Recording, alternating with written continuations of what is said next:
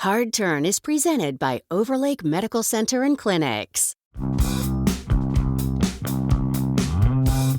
Life is full of big moments of change and transformation where we have to pivot on our path. Those moments come with a wide variety of emotions, from fear and anxiety to joy and relief. I'm Kelly Koopmans. And I'm Mary Nam.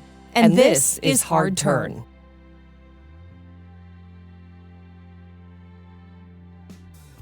Welcome to Hard Turn. I'm Kelly Koopmans, and I'm joined by the one and only Mary Nam. Mary, episode 2, how are we feeling? Great. Yeah, I'm really excited about this one, and I have been for a long time. It's someone that I interviewed that we're both familiar with, and a lot of people I think who are joining this are familiar with too. So today we're tackling the decision of changing jobs, and we're not just talking about changing to a different company, but a total different industry. We're talking a whole new skill set, the whole kit and caboodle. And I guess before I introduce you to Michelle Millman, my question for you, Mary, is have you ever thought of what job you could do if you did not do this job? Yes, I have. And what launches me back to earth is the idea that I might have to go back to school. Uh-oh. I got to know what this job is. Anything. I was thinking of teaching maybe. Mm-hmm. I don't know. When I was a kid, I've always wanted to be a veterinarian. Okay. And every once in a while, I'm thinking, you know what? What if? And then I'm thinking, what am I doing? No. I think there's so much comfort when you've been in one job for so long. Yeah. You get comfortable to it, and everything else on the outside seems scary. For me, having to do a job that involves Excel spreadsheets or budgets sounds terrifying. It really does. Yeah. So this is what Michelle gets into in terms of something completely different. Before we do start to hear from her and dig into our conversation here, I'll introduce Michelle to you. She's a Renton native. She's now the CEO of Cancer Pathways, which provides programs and services to anyone who's been touched by cancer. So that's patients themselves, their caregivers, their family, their friends. They have a ton of resources. Some really special resources for kids who've been impacted by cancer, whether it's they're a patient themselves or a family member. If her name is familiar, which I know it is to you, Mary, for the last 30 years, she worked in local news in the state of Washington. She's a 2-time Emmy winner, and what's very important for this story is she is a 2-time cancer survivor. Before we get to her hard turn, we have to kind of set the table. So let's just travel way back in time. She knew what she wanted to do. She wanted to be a journalist. So she does what I did, what you did. We go to college. You go and do the rounds at small stations. Yeah. She was in Yakima, eventually worked her way up to Seattle. What was your small market you worked in? I was kind of an anomaly. It was Spokane, Washington. Oh, okay. So I lucked out big time. You sure I didn't did? have to go to Yakima. Okay. But you're working in Spokane. Eventually, you kind of work through the ranks. Yeah. And as you know, now you're anchoring. But it doesn't always just start that way. It can be a long road. You start out reporting, and you kind of, cut your teeth. I started my first job was in Eugene, Oregon. I started as a weekend editor and 3-day-a-week reporter. Wow. That's really cool, actually, Kelly. What were you doing when you were in Spokane, that first job? Oh, I was a feature reporter. Okay. Yeah. Okay, so mainly reporting. Mm-hmm. Eventually, just like Michelle did, you work your way over to Seattle. And for her, started with a lot of reporting, and then she starts to do more anchoring. But it's one of those things, as you know, you got to put yourself out there. You say yes on holidays. Absolutely. That's how they know you're interested. You say yes to the double shift. Yep. Did you do some of those things? Absolutely. Yep. Yeah. It's kind of like anyone sick, call me. Exactly. So this is what Michelle's doing to get more opportunities to anchor.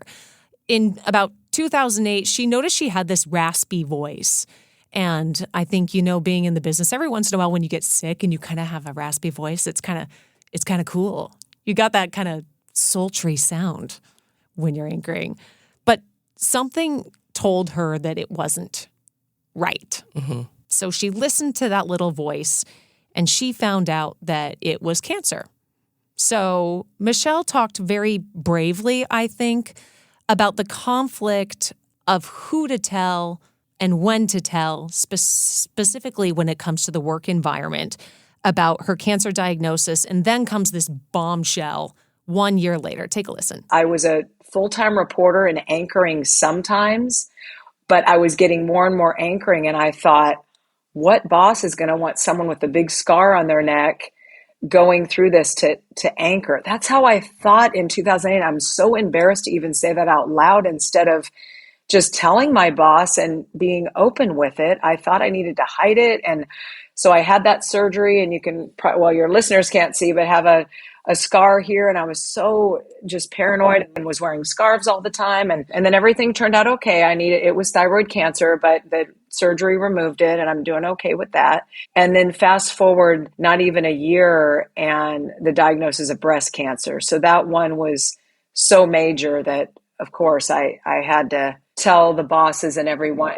They were so wonderful about it. And I just, again, felt so silly that year before with the thyroid cancer, I kept that a secret, worried about what it would do with my career. It makes me want to cry right now. It's so ridiculous. It really is. So, Mary, what resonated with me with this soundbite is she was very vulnerable in talking about some of the ego and vanities that exist sometimes, specifically in our job, that are forward-facing and that can exist in other professions as well. I know in our first podcast, you briefly mentioned your own experience with breast cancer.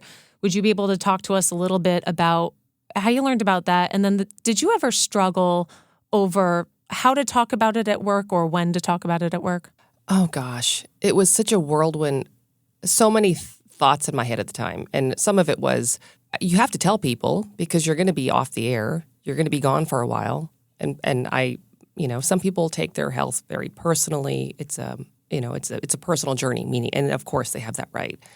I knew that I just wanted to be forward with it so that we don't get bombarded with emails and things like that, and also talking about it. Something that she said completely echoed with me, and it's that being mad at yourself or being more worried about how you're trying to hide something to make everything appear to be okay or not as bad because you're worried what could happen if people perceive you in a different way. And to be clear, it wasn't because anyone was saying something negative. It was more of it's you're internalizing your insecurity, if that makes sense. Mm-hmm. And Michelle is saying she felt the need to, how am I going to hide it? How will they see me? And no one had said anything to her. And nothing would have happened. She wouldn't have lost her job. Cancer is not uncommon, and battling cancer is certainly not uncommon. But it's more of how the messaging that you gave yourself, and that hurts the most because that was you talking to yourself. Why we had put that pressure on ourselves to be so critical, I don't know, but I think it happens to a lot of people. When it happened to me, sure, I was really worried. I had cancer in one breast, mastectomy, and for weeks, even though I was back at work, I hadn't had an implant yet. I hadn't had the cosmetic side of it yet. So I openly talked about using, rolled up socks so I can appear symmetrical on the air. It is what it is. What can I do? I'm grateful for my health. I am grateful for the surgery that removed the cancer, and now you're dealing with, the aftermath, which is really the cosmetic side of it. And we work in a very visual medium. And I was a little nervous that sometimes I would look lopsided on the air or something didn't look quite right. But I found that talking about it and joking about it really lessened some of that internal anxiety. I feel like a lot of that is some of that's your personality too. You're a funny person, and you are an open person who's easy to talk to. So I'd imagine for you it was pretty easy to open up to people. But I know you sat down and you did an interview even on air. Was that difficult because it felt so like on the spot? A little bit, but my story and what happened to me was I found the cancer with my very first screening at the age of 40. I responded to the postcard that I got from the hospital saying, hey, happy 40th birthday. This is a good time to, go get your first mammogram. And I just couldn't believe my very first mammogram detected cancer. I mean, what? Yeah. I was kind of incredulous. And so sharing that part of the story felt important to me. Don't ignore that postcard if you get one of those, because, man, it saved my life. Yeah, and we'll get to paying attention to your body and some advice that Michelle has a little bit later. My side of the story, I haven't personally had cancer, but my husband, Michael, he was diagnosed with stage 4 cancer about a year ago now, just over a year. So to say this last year has been a journey. And I know I've talked a lot about it to you behind the scenes, and you have been so wonderful and have such great advice for all the different things that go into it. But he initially thought that he had a hemorrhoid, and it's paying attention. He went to the doctor. Most doctors were like, oh, it's nothing. You're young. And then eventually you get a biopsy and it finds something else. So I haven't ever talked about it on the KOMO side, even given how much it dominates everything outside of life right now. So this is kind of the first time it's entering the realm of where work meets personal life, but it's also, I've been so much in the eye of the storm, and Michael's been so much in the eye of the storm that I haven't had a chance really to get perspective on it yet. But I think having a conversation with Michelle like this is very helpful because she has that perspective to offer. And she told me about what that moment for her was like when she found out about her cancer, and then how she tried to move forward. And it really was almost, Kelly, like a zombie-like state of, is this really happening? Out of body, a real out of body experience. And then, as you know, you mentioned with your husband having a diagnosis, that it's then, who do I tell? Because then you take on just, that's exhausting too. And, it's like you're already trying to deal with what you're going through, and then you tell someone, and it's a lot. So I would just say, I really just one step at a time, one day at a time got me through, and try not to think even a week down the line. It's such a fog of war in the beginning. Yeah. And I know it still is that way for you. And that advice, taking it one day at a time, it sounds good on paper. It's hard to do in real life, especially when when you're juggling so many things. Okay, you tell me to focus on today, and I'm not talking about Michelle in this way, but I'm just saying we know the advice. Like, we know them. We know what we're supposed to be doing. But when you're trying to exercise that while still figuring out what's going to be for dinner, scheduling doctor's appointments, who can watch the kids, okay, we're going to go there. It's hard to wrestle with all of those things and make peace with it. I think also the hard thing that I've struggled with is a lot of time people are like, find the everyday joy and live in the moment.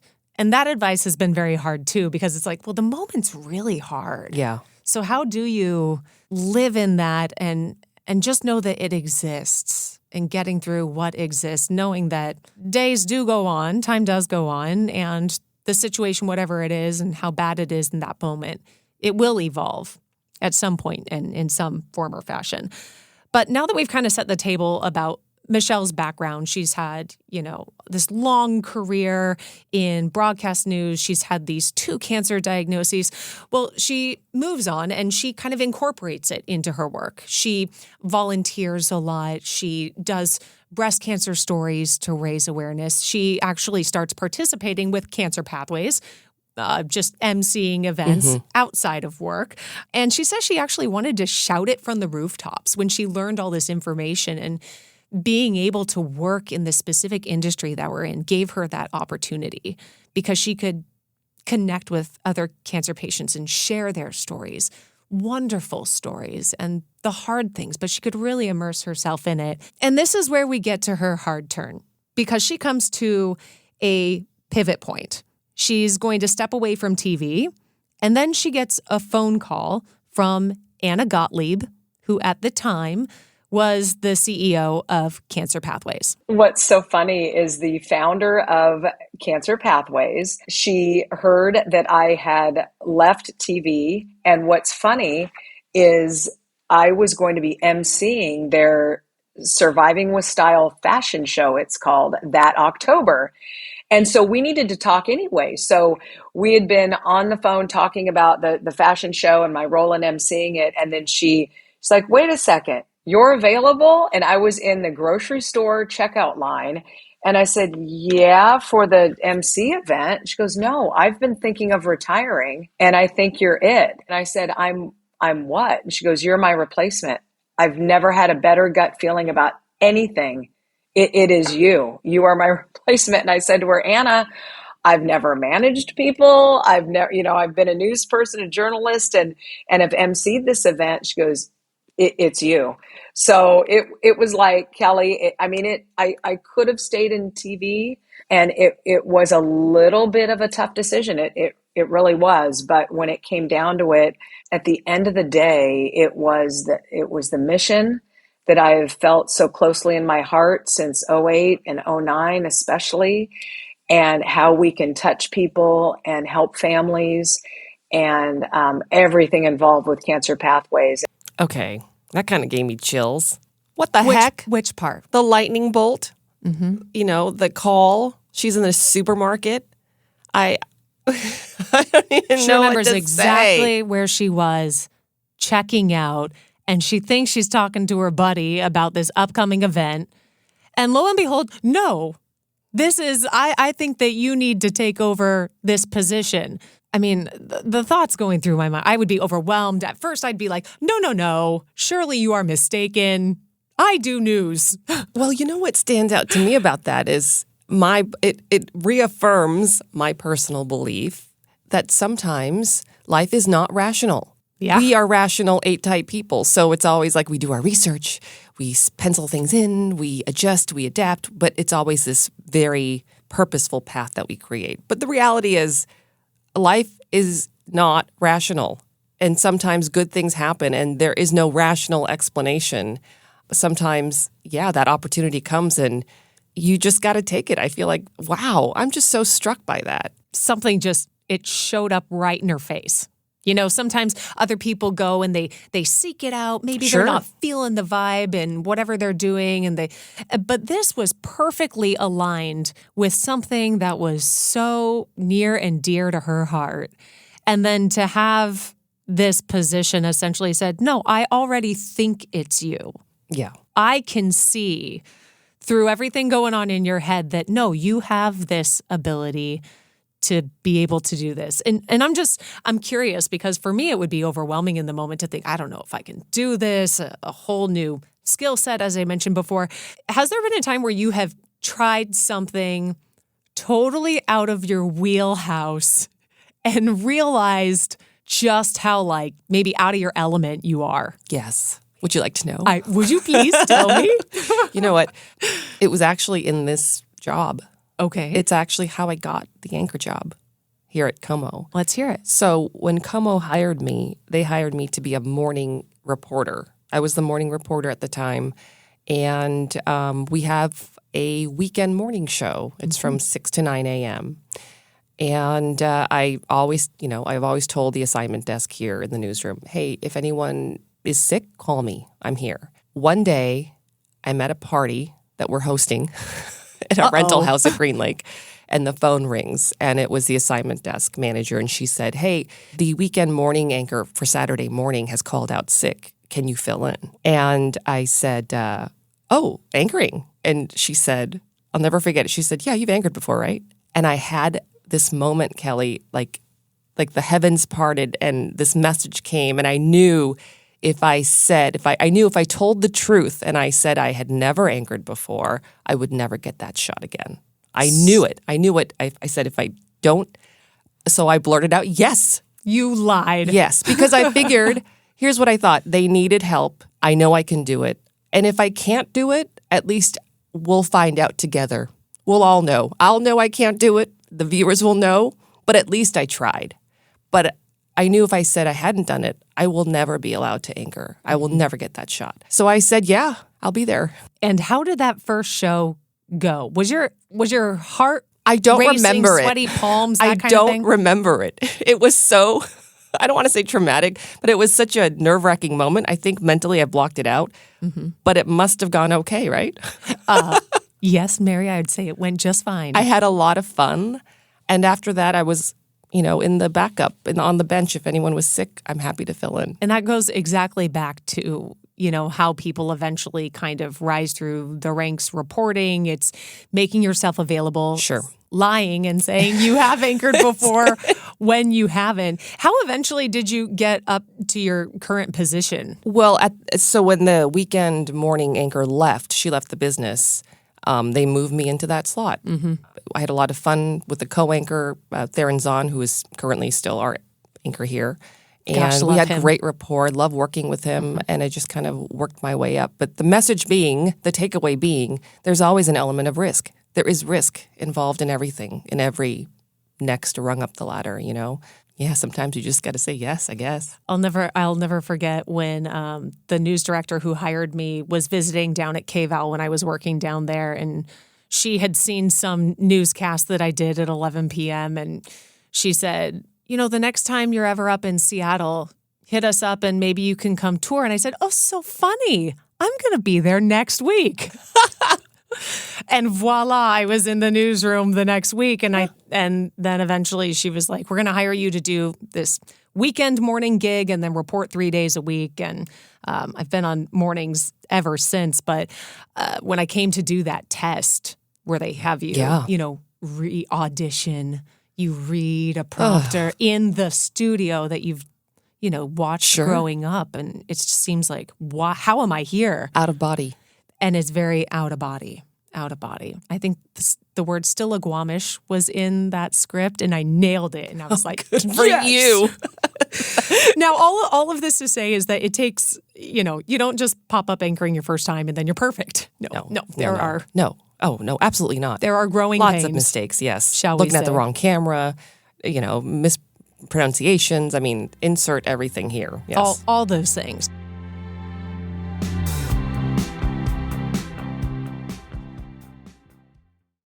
At Overlake Medical Center and Clinics, we offer the full spectrum of care for every stage of life. And with our skilled and compassionate physicians and care teams, it's so much more than a place to get better. It's where you can achieve a lifetime of good health. Welcome to Overlake, where your care is our passion. For more information, visit overlakehospital.org. So for Michelle, she's jumping into this whole new industry. But when she was growing up, she said that her father was actually in management positions. And he saw in her, not too much unlike Anna saw in her, that she had these leadership management abilities. And he had always said, Michelle, you'd be really good at management. That's my best father voice.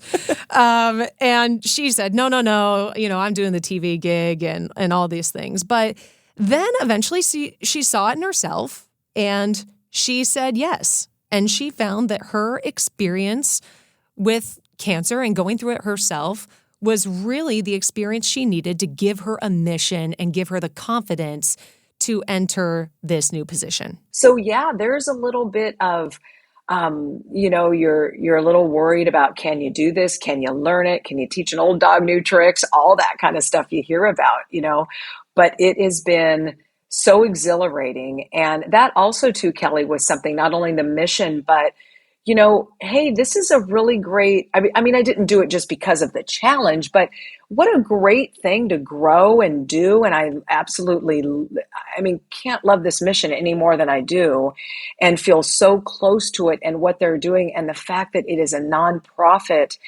and we are affecting and helping so many families. All that other stuff, yeah, it's there. Like you said, the Excel spreadsheets I've never done, the managing people and decisions about strategy and what goes where and what programs are most important and kind of prioritizing. And 7 months in, Kelly, I am still learning.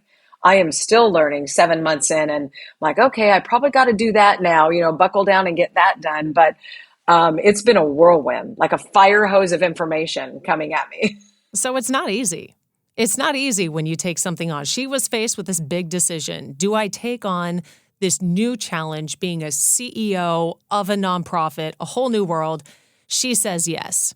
And it is okay that it takes time. Yeah. It is okay that you need to learn along the way. And sure, stumble through some of those stumbling blocks in order to achieve what you want and be the type of leader that you want. Well, I just hear the joy and excitement in her voice. And that comes from having to learn something new.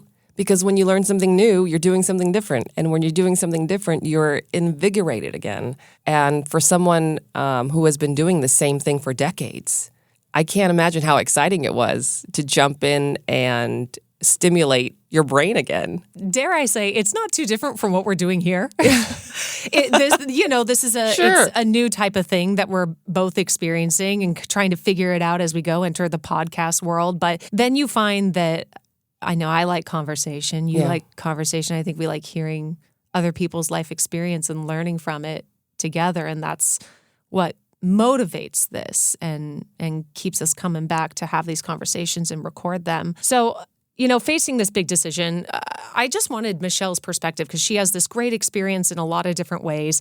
And I wanted her advice for anyone else who finds themselves facing a big decision. Maybe you're unhappy in your work. Maybe you're not. Maybe you're fulfilled in your work. Maybe you're not.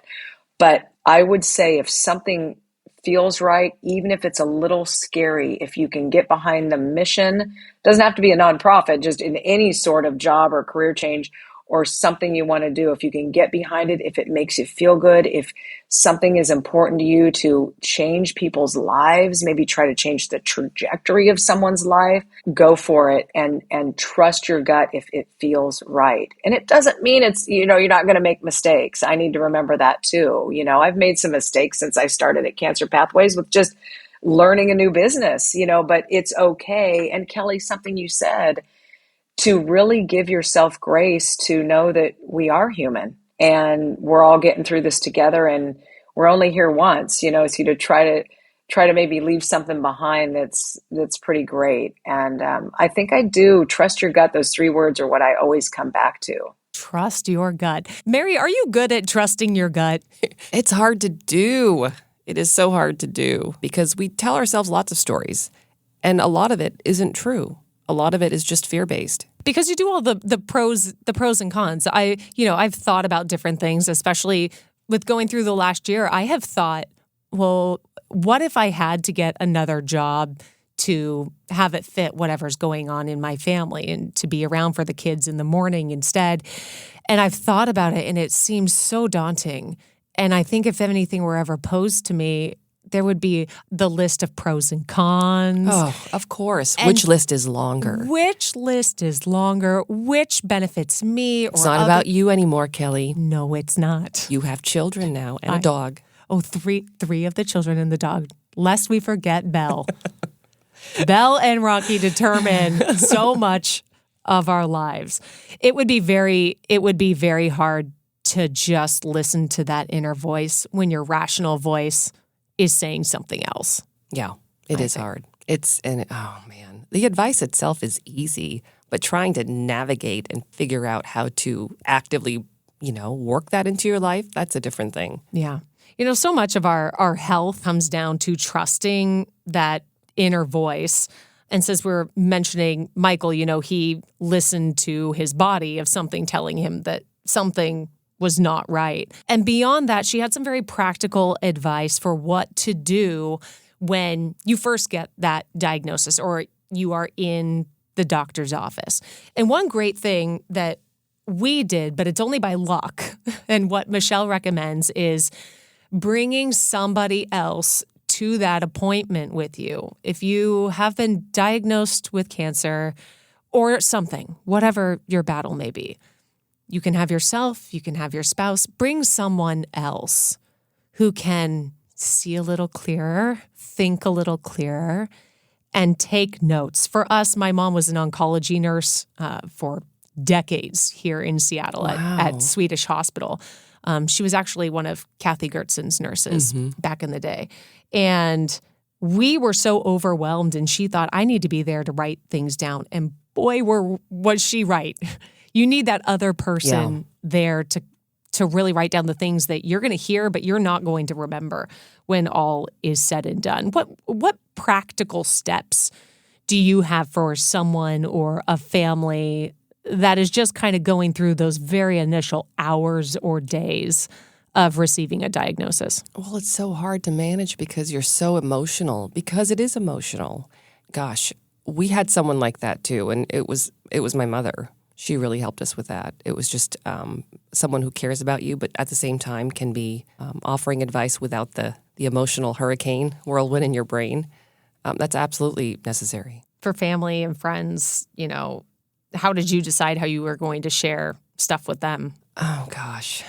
That was really hard because I knew that they would be afraid and stressed out. And then now you're not just thinking for yourself, you're trying to manage other people's emotions, which you shouldn't be worried about, but it's a natural reaction. It was like ripping off a Band-Aid, Kelly. There was no way to say it in a way that would lessen the stress. But we were very direct. Here's what happened, and here's the plan. People feel better when they hear about a plan. That is true. It's once you get that plan, but sometimes we know you want information yesterday. Right. You don't want it at your appointment next week. That's often too late.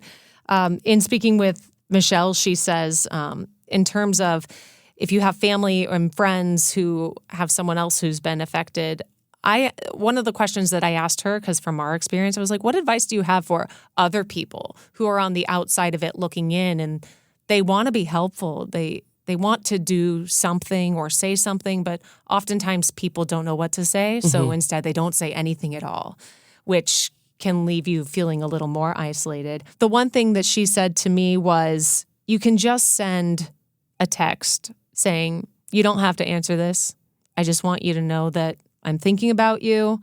And people ask all the time what they can do. And she says just a call or a text can be very helpful. I think we had a lot of people who said they wanted to make us meals and this types of things, but oftentimes it was conversations with people that were most helpful. I was going to ask you that, Kelly, because it's still, there's a lot happening. Children, work, husband. What helped you the most? Honestly, it has been the conversations with people. I've had, a couple of people here at work, and Mary, you've been one of them, who I've been able to have really good conversations with. And you've had a couple of insights that have really stuck with me that I will always remember, that help guide how I view how my children will move on from this whole process. But for me, it's been able to have conversations with people and putting an emphasis on doing what I can about my own health so I can take that off my worry bucket so I can focus more on Michael. But for me, it's being able to talk to people and just vent when you need to vent and let off steam. Let it out. It builds up. It does. I did ask Michelle some advice that she might have for people who want to stay on top of their health and be as proactive as they can. One thing I would say, Kelly, is know your body and know what's not right. And, none of us want to be hypochondriacs, going into the doctor what's this bump? What's this? But if this goes back to my trust your gut. If you know something is off, and my right breast, Kelly, something was different with it. And guess what? I ignored it, embarrassed to say, for a little bit because I thought, I nursed both boys. Maybe this is something with nursing. I was like excusing away things. And if I would have at the first sign of something different with that right breast, and that was where the cancer was, maybe I would have caught it at stage 1. I don't know. I don't live in what if, oh my gosh. I guess what I'm trying to say is know your body, know if something's different, and it's okay to call that doc and say, hey, can you check this out? Trust your gut. Trust your gut. And that's what we're trying to teach these students. Know your bodies. So one thing that Cancer Pathways is doing is they're putting a big focus on trying to get into schools. There's been a big increase in types of cancers resulting from HPV in one form or another for people who haven't had that vaccine in younger people. So some of the work that they're doing is trying to get curriculum into schools to teach people about that. They have a lot of resources available for people, but know your bodies. Our bodies are our machines. And we are only as good as our bodies will let us be in that moment, and we got to take care of them. What advice do you have for people? I don't want to say who are overly sensitive about, what's this ache, what's that pain, but you almost can't help but be overly sensitive when something like this comes into your life. So true. That part, and the other part of it, I feel, is that we're so critical of our bodies that when something comes up, we kind of just sweep it under the rug. I feel this way because I haven't been exercising. I feel this way because I haven't been taking care of my body, or, it's that critical voice. And so I feel like that doesn't do us any favors when it comes to paying attention. Maybe there is an ache that we need to be paying attention to. Maybe there is a lump, maybe there's weight gain, things that we can often get mad at ourselves about. Instead of really, what Michelle's saying, listen to it. It might mean something. It might mean, you have to do something, take some action. I think one of the things we've really learned in the healthcare system, at least in America, so much of it right now seems once you have a problem, then you go. There is much less of an emphasis on preventative medicine or people just are uncomfortable going to the doctor, so they wait because they're scared of the price. Right. Or they don't have insurance or that type of thing. And I get how those things can be really scary. And for us, what has been tough to see is, we're at Fred Hutch all the time. And you have people who are traveling from not just all over the Northwest, but all over the state and all over the country to come here to get their treatment. And people are paying to stay at a hotel on Aloha Street, right at the base of Fred Hutch. And sometimes the cost of doing those types of things, unfortunately, are prohibitive to people. Sure. Which I find really tragic. But it's very common, and it's astounding to me that is how it is right now, And that's one of the things Cancer Pathways also tries to do. They're providing a lot of these services to people free of charge. So they have camps for kids. I think, as I mentioned off the top, they have counseling services for caregivers, which I have attended, has just given it a try, see how that works out. They have things for patients themselves, but all of these services available to people. And I know that Michelle has said it has really fed her soul. Yeah. And what a big change. What a big change to make. Pivot. A big pivot and a hard turn, Mary, is what I would say. And I would only hope that someday I would have the guts to listen to that inner voice for whatever it is, change a job or another big decision. And I love how she shared her story. Yes. All the emotions through it, because somewhere out there, it's echoing with someone right now. Yeah. And I would say that's the point of this. We want these stories to resonate with other people, to hear they're not alone. They're not alone here getting a diagnosis, or alone in should I or should I not take that big leap or that big job.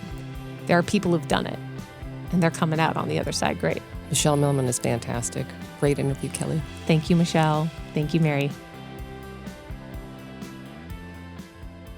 Hey everyone, it's Kelly Koopmans. This episode was recorded in 2024, and we have a quick update on Michelle. In early 2025, Michelle made another hard turn and decided to leave her role at Cancer Pathways. We know from talking with Michelle that careers are a fluid part of life. They are ever-changing, and whatever Michelle chooses to do next, we know she'll be making a difference in her community.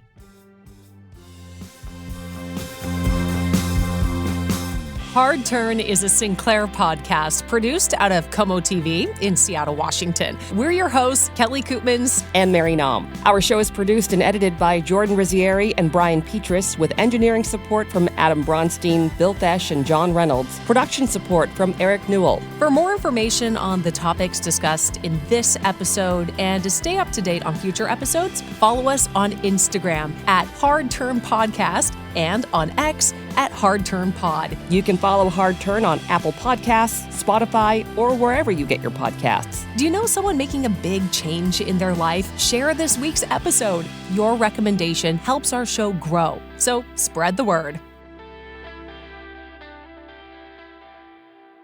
You always got to keep an eye. We have friends there, but yes. You got to keep an eye. It's that other station. Hard Turn was presented by Overlake Medical Center and Clinics.